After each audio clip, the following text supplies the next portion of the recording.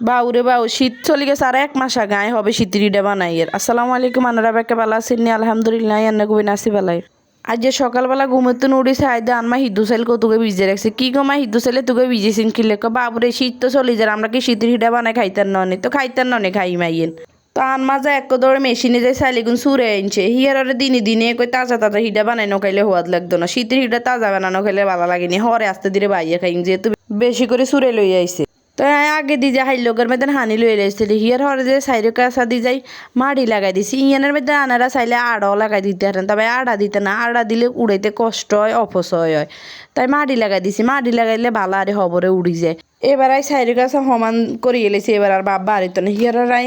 চালের গুঁড়া লই লইছিল এবার কত নুন দি দিছি নুন দি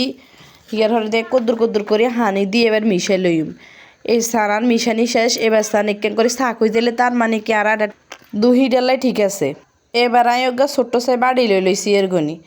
এবার আই বাড়ির মাইদেন কদ্দুর নাইল দি দিম আই একখানা ছোট ছোট করে বানাইম বেশি বড্ডা বানাইতা না হিয়ারে নাইল দি হিয়ার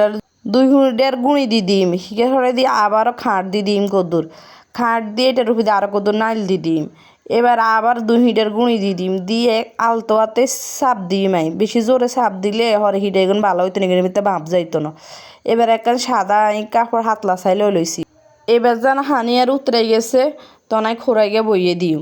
বইয়ে দিয়ে এবার খোরাই গিয়ে লইয়ে লাইম লই সাদা কাপড় ইয়ান দি গুঁড়া দি আবার মাড়িয়ে বটগে দি মাড়িয়ে বটগে দি গুঁড়া দি থুই দিম তো এখানে আর হিডে কিন্তু হইতে বেশিক্ষণ লাগে না মাত্র 2 মিনিটে হিডে হয়ে গেছে শর্ট শর্ট করি আসলে কাই যদি ঠিক হয় তাইলে কিন্তু হিডে হইতে দেরি হয় না অল্পতেই হিডে হয়ে যায় অল্প কত না 1-2 মিনিটে হিডে হয়ে যায় তাই আবারও একখান করে দিয়ে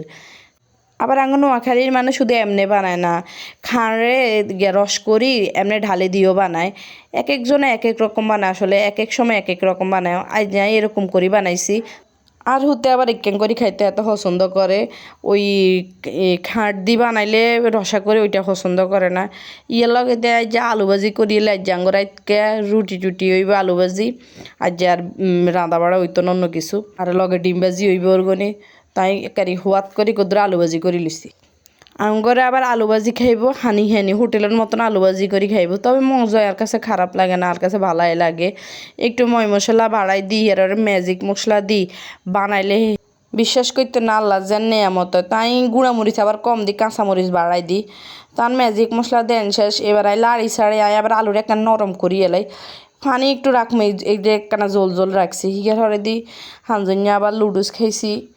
এই ভিডিওটা নিয়ে এনে শেষ করছি ভালো লাগলে লাইক কমেন্ট শেয়ার করে দিয়েন আল্লাহ হাফেজ।